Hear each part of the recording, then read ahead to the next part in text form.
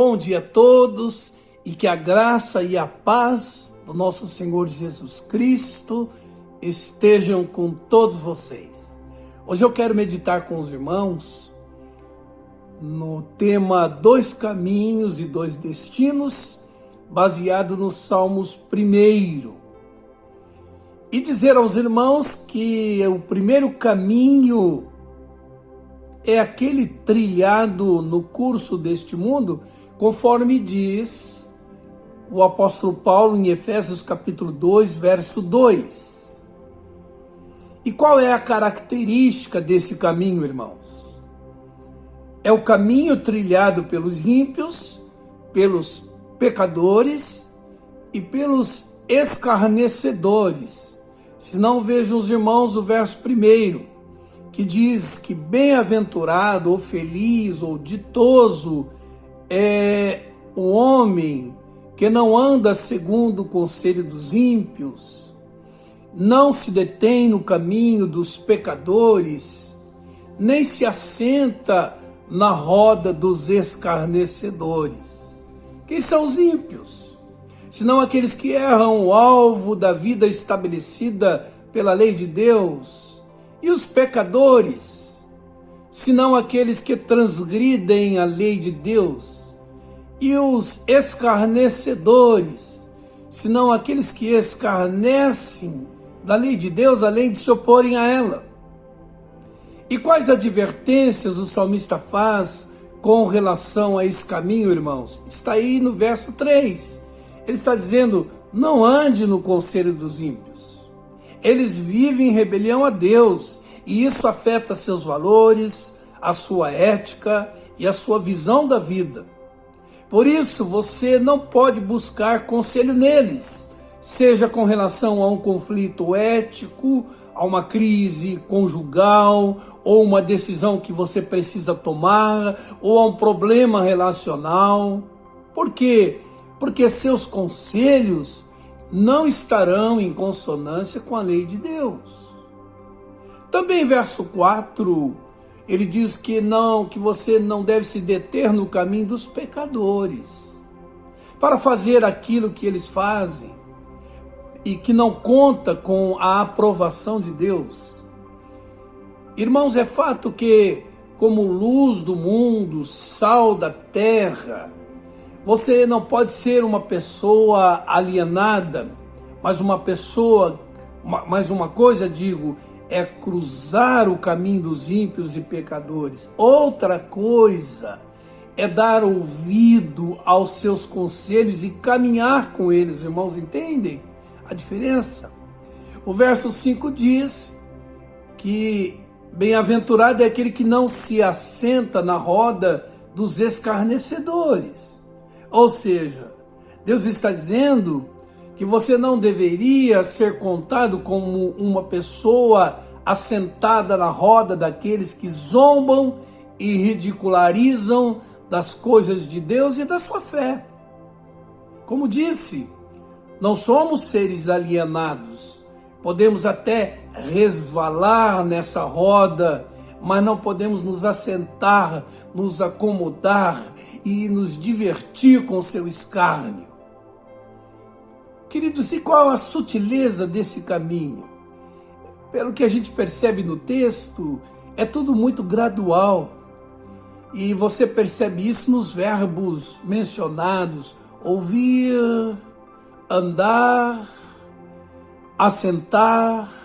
Ou seja, a pessoa começa dando ouvidos, não demora muito, ela anda com eles e em seguida se assenta na sua roda. Os irmãos percebem como é sutil esse envolvimento? É uma influência que eles podem exercer sobre nós. Então a pessoa começa a pensar como eles, a sentir como eles, a falar como eles e a fazer e agir como eles. Percebem, os irmãos, a sutileza? E qual será o destino da pessoa que escolhe trilhar esse caminho, irmãos? Primeiro, ela colherá uma vida marcada pela instabilidade. É a ideia contida aí no verso 4, quando diz que os ímpios não são assim, são, porém, como a palha que o vento dispersa. O salmista usa a figura do joeirar, onde o grão e a palha se separam quando jogados para cima, e o grão, por ter peso, cai na peneira, e a palha é soprada pelo vento. Isso é estabilidade, porque o ímpio é comparado a essa palha, o que significa viver uma vida vivida com Deus à parte, e que não tem peso, não tem consistência, não tem alicerce, não tem significado, não tem propósito permanentes. Portanto, a figura fala de instabilidade que vive aquele que desconsiderou a lei de Deus. Segundo, a pessoa colherá uma vida que terminará no juízo condenatório. É o que diz o verso 5. Por isso, os perversos não prevalecerão no juízo, nem os pecadores na congregação dos justos, mas o caminho dos ímpios perecerá. Queridos, ninguém pode viver uma vida inteira transgredindo a lei do Senhor impunemente, ou sem consequências. No dia do juízo, Deus julgará todas as coisas. E porque escolheram viver de modo a ignorar e transgredir a lei do Senhor, diz aí o texto que eles não prevalecerão no juízo, nem na congregação dos justos, mas que perecerão.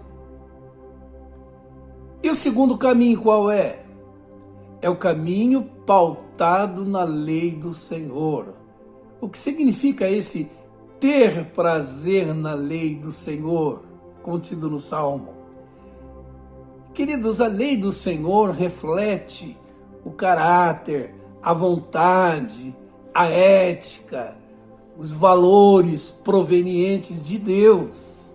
É quando eu vivo na vontade de Deus, para a glória de Deus, pautando a minha vida, seja profissional, ética, relacional, familiar, ministerial, minha vida cidadã, na palavra de Deus, que reflete a justiça de Deus, o amor de Deus, a santidade de Deus, a solidariedade e a misericórdia provenientes de Deus e que devem marcar a nossa vida como discípulos.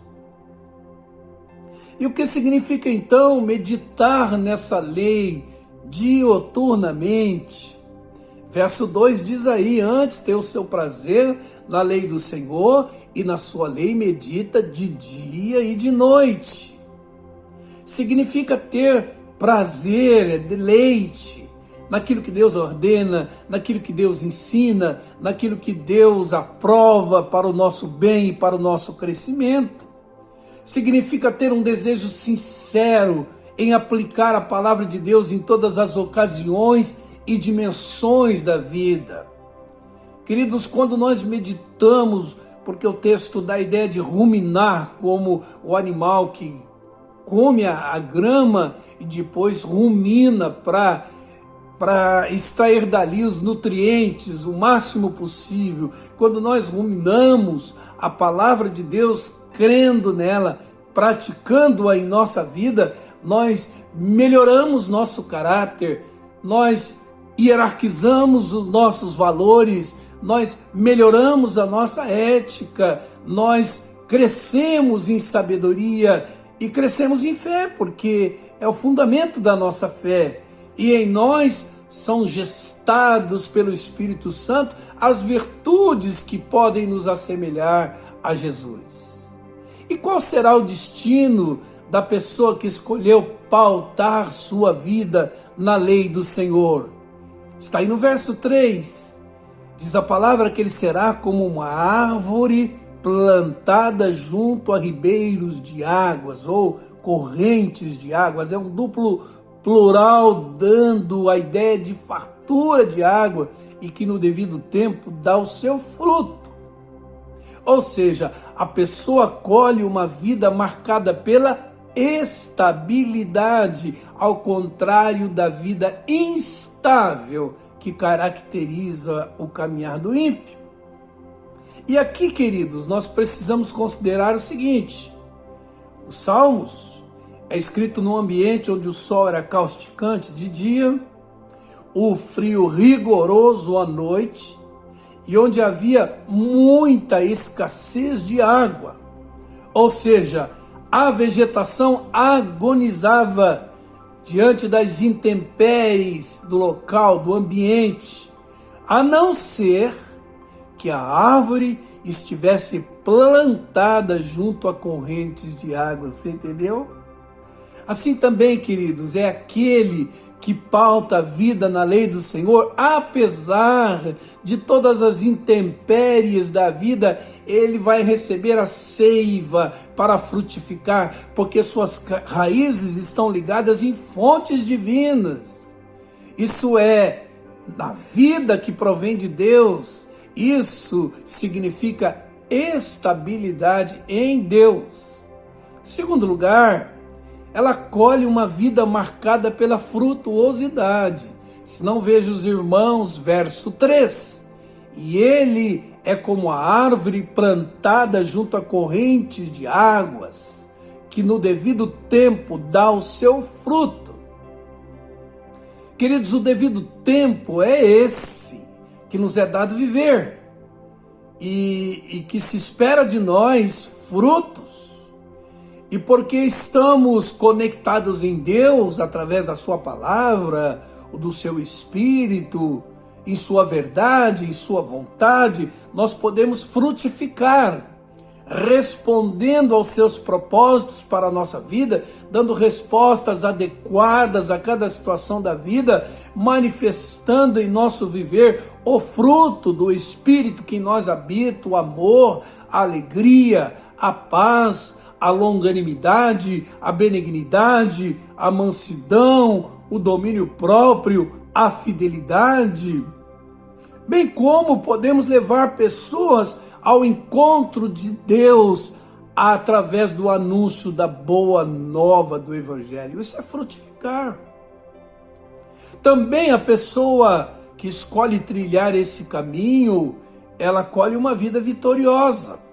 Verso 3 diz, e cuja folhagem não murcha, ou seja, ela será preservada diante da adversidade, diante das intempéries da vida. Isso significa preservação de uma árvore que cresce de dentro para fora e que recebe de Deus a seiva suficiente para manter suas folhas sempre viçosas, mesmo no inverno rigoroso.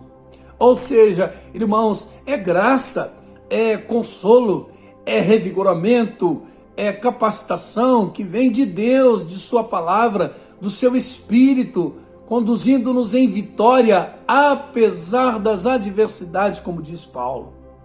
Assim é, que apesar das lutas, não se vacila na fé, não se perde a motivação para a vida, não se perde a alegria de viver. Em último lugar, ela será bem-sucedida em suas realizações. É o que diz o verso 3. E tudo quanto ele faz será bem-sucedido. Queridos, esse é o resultado de uma vida pautada na lei do Senhor. Ela pode contar com a aprovação de Deus, com a bênção de Deus, com a direção de Deus, com a capacitação de Deus. Por isso, é bem-sucedida naquilo que faz. E ela colhe um destino eterno. Por isso, verso 5, os perversos não prevalecerão no juízo, nem os pecadores na congregação dos justos, pois o Senhor conhece. E aqui essa palavra é no sentido de participar. O Senhor participa do caminho do justo, mas o caminho do ímpio perecerá. Ou seja, o justo não vai errar a vereda, não vai passar a entrada. Seu caminho será conhecido pelo Senhor e terminará na congregação dos justos. Amém, queridos? Seja assim seu caminho em nome do Senhor Jesus. Vamos orar? Queridos, coloque sua vida no altar de Deus agora e peça que Ele endireite sua vereda, se for o caso. Senhor Deus, ajuda-nos a desviar do curso deste mundo e pautar nossa vida na lei do Senhor, a buscar conselhos em sua palavra e naqueles que a praticam, para não colhermos um destino de instabilidade, mas um destino de estabilidade, de frutuosidade e de vitória, pautando a nossa vida na lei do Senhor e meditando nela de dia e de noite, para a glória do teu nome. Amém e amém.